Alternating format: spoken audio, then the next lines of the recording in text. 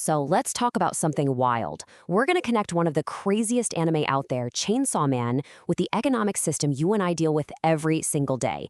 Yet, we're talking about capitalism and what a boy with chainsaws for arms can teach us about how desire really works.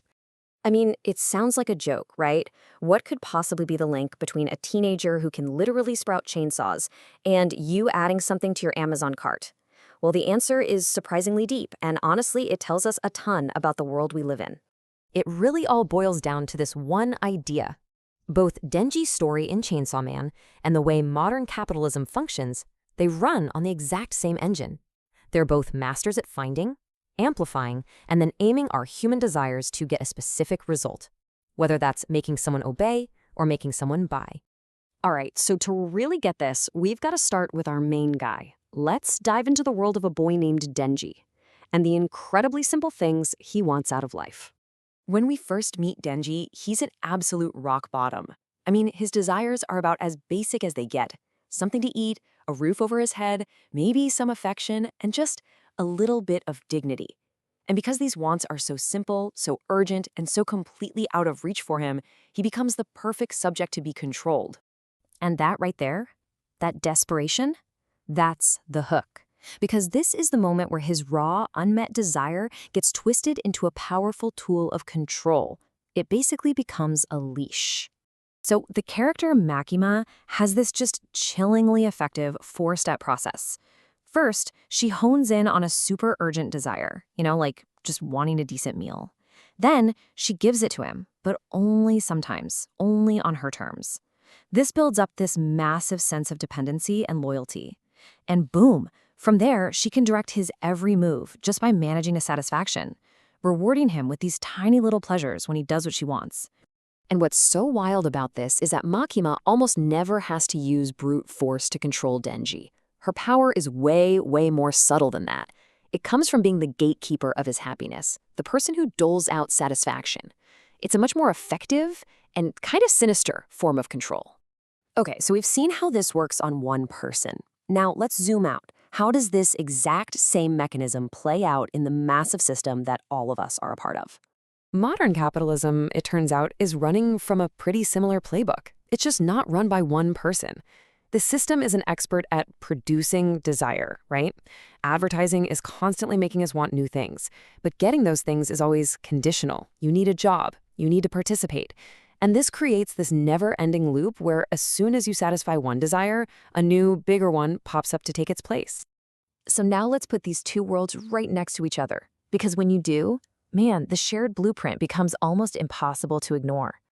On one side, you have Denji, this single, totally vulnerable person with these urgent basic needs. And on the other side, well, you have the consumer, which is all of us, playing our part in a market that's driven by needs and, let's be honest, a lot of manufactured wants. I mean, just look at how perfectly these structures line up. Denji starts from deprivation, the consumer starts from need. Denji's controller is one person, Makima. Our controller is the market itself. Her tool is giving him things selectively. The market's tools are wages and ads. For Denji, the end result is obedience. For us, it's consumption. You really can't deny the parallels. And this brings us to a really, really tricky idea that exists in both of these systems, this feeling that we're making totally free choices. Denji truly believes he chooses to follow Makima, but his choices are completely boxed in by his desperation and her rewards. In the same way, we believe we have total consumer freedom, but our choices are always structured by how much money we make, by marketing, and by the limits of the system itself. It feels like freedom, but it's freedom within a very carefully designed playground. And check out how Denji's wants evolve. It starts so small, a piece of toast with jam on it. Once he gets that, the desire escalates to wanting physical intimacy. After that, it becomes something way more abstract. He starts searching for purpose, for meaning. Every time a desire is met, a new, more complex hunger just takes its place. And guess what? The consumer timeline follows the exact same pattern.